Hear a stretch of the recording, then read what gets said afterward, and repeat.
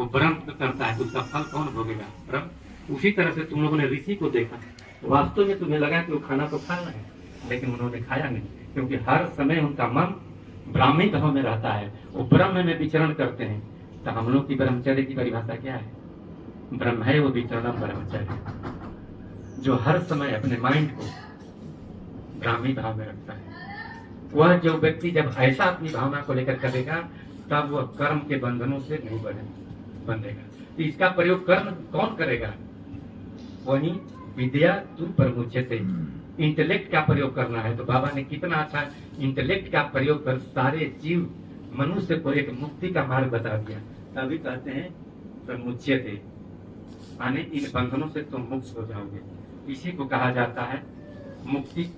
अब बाबा इसमें बता रहे हैं कि बुद्धि की मुक्ति 90 मानव, पढ़े लिखे लोग ज्ञान की चर्चा करेंगे और करना भी चाहिए, लेकिन ज्ञान की चर्चा करो, पढ़ाई लिखाई करो, सब करो। पढ़ने लिखने के बाद ज्ञान के बाद में जो उसका रिजल्टेंट जो आता है तुम्हारे पास में, जो ग्रहण करने योग्य है, उसी को ग्रहण कर लो। सब कुछ सुन लो, सब कुछ पढ़ लो, लेकिन जो तुम्हारे लिए फायदेमंद का चीज है उसी को जो है अपना ग्रहण करो। तो साधारणतः मनुष्य का सौभाग्य हमारा वहाँ आत्मीकरण हो चुका है। तो बुद्धि बढ़ाना है तो बाबा कहते हैं हरे के। अब उसके बारे में मान लीजिए किसी से आपका बहुत क्लोजनेस हो गया, फ्रेंडशिप हो गया, तो उसका हर एक चीज के बारे में जानते हैं। उसका लाइक क्या है, डिसलाइक क्या है, हर एक चीज। नहीं, उनको खाने में ये पसंद है, उनको इस तरह से कपड़े पसंद है, इस तरह से जूते चप्पल पसंद है, उन क्या सोच रहे हैं वो सब कुछ पता चल जाता है। क्यों ऐसा? क्योंकि उससे आप प्यार करते हैं। उसी तरह से बाबा ने हमको नियम की थ्योरी दे दिया कि हर एक जीवों से प्यार करना शुरू करो। जब हर एक जीवों से प्यार करना शुरू करेंगे तो उसके लाइक डिसलाइक हर एक चीज के बारे में, एक्टिविटीज के बारे में, सबको मूवमेंट के बारे में तुम्हें पता चल जाएगा। तो बुद्धि का तुम्हारा ऑटोमेटिक विकास हो जाएगा, मन ऐसे ही तुम्हारा बढ़ जाएगा, मस्तिष्क ऐसे ही बढ़ जाएगा। तो सबसे अच्छा तरीका क्या है कि सबसे जीवों से प्यार करो, तो सभी जीवों के बारे में जान जाएंगे। तो कहते हैं कि दोस्ती भी करो तो ऐसे आदमी से जो आपसे थोड़ा ज्यादा नॉलेज फुल हो। तो इस संसार में देखा जाए कोई कितना भी नॉलेज क्यों ना प्राप्त कर लिया हो, यह सब ट्रांसफरेबल हो जाता है। किताबों में रटाया जाता है कि भारतवर्ष की राजधानी दिल्ली है, दिल्ली है, दिल्ली है। इसके पहले कहाँ थी? ये तो चेंज हो जाता है। आज इसकी बहुत पहले, आज हम जिस तरह से हिमाचल स्टेट जहाँ पर आता है, बहुत पहले था ही, बहुत बाद में चल के दिल्ली बना, उत्तराखंड बना, आज उसकी राजधानी अलग बन गई। यह वर्ल्ड नॉलेज है तो ट्रांसफर होते रहता है। इसीलिए दोस्ती ही करना है तो ऐसे चीज से करो जिससे कि सब कुछ जिसके बारे में पता है उससे क्लोजनेस हो जाता है। तो बाबा कहते हैं ना कि तुम परम पुरुष को अपना दोस्त बना लो, अपना यार बना लो, तो सब कुछ समझ जाओगे। बाबा कहते हैं कि जादूगर की टोली में यदि तुम कुछ सीखना चाहते हो तो उससे दोस्ती बढ़ानी पड़ेगी। तो यदि हमारी दोस्ती परम पुरुष से हो जाती है, परम पुरुष हो जाती है, बाबा से हो जाती है, जो कि सब कुछ जानते हैं, तो उनके नजदीक जाने से हमें भी सब कुछ धीरे धीरे पता चलने लग जाएगा। तो मस्तिष्क का विकास करना है।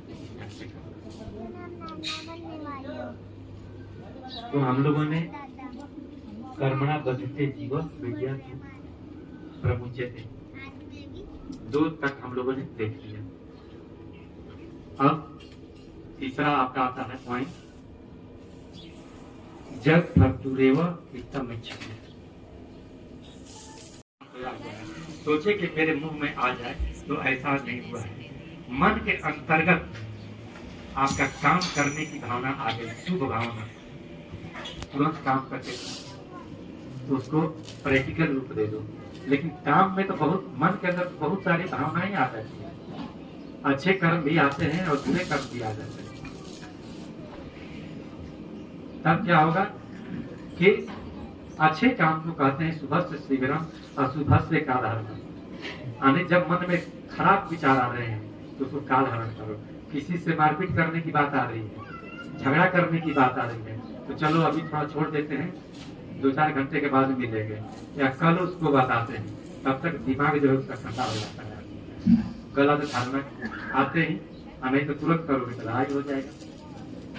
यह क्या है, जैसे कि यह मन का एक ऐसा चीज है, यदि किसी ने किसी के भाई को तुरंत मर्डर कर दिया, सामने मिल जाओ तो तुरंत मर्डर कर देगा।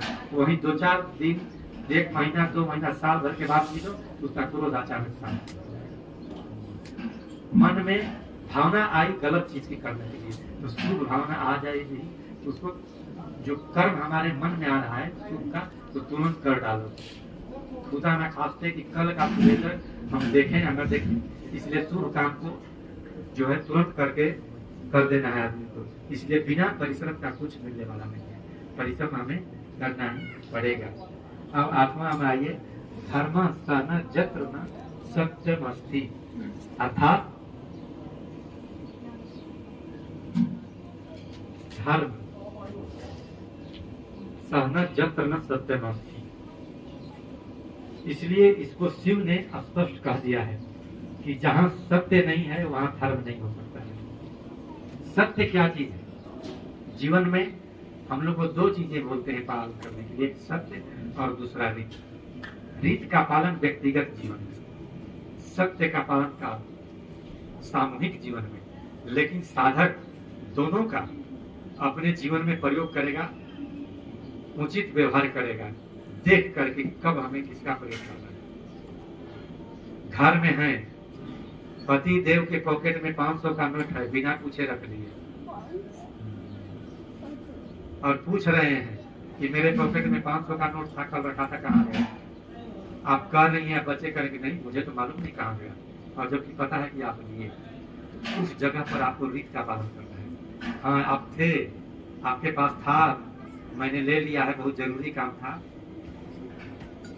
मैंने लिया है। हालांकि उनको पूछने के पहले बता देना चाहिए, यदि है तो मांग लेना चाहिए। आनंद मार्ग में कितना इस चीज को बाबा ने डिफाइन करते हैं, कितना भी क्लोज व्यक्ति क्यों न हो, कितना भी क्यों न हो, बिना पूछे किसी का सामान नहीं लेना है, परमिशन लेना है, रीत का पालन भी करना है तो व्यक्ति का। असत्य जहाँ कहते हैं कि जहाँ धर्म सन जत्र न सत्यम अस्ति, धर्म वहां हो ही नहीं सकता है जहाँ सत्य नहीं है। तो धर्म क्या चीज है? धर्म है उस चीज का निहित गुण, अग्नि है, यदि वो जलाने का काम नहीं कर रही है तो उसे आग नहीं कहते, उसका निहित गुण ही है जलाना, और जलाना बंद कर दे तो कहेंगे कि वो वास्तव में या सत्य रूप में वो आग है ही नहीं। इसीलिए जतो धर्म ततो जया, जतो जया ऐसा है ना, जतो इष्ट ततो धर्म, जतो इष्ट ततो जया, इस तरह से बाबा का है।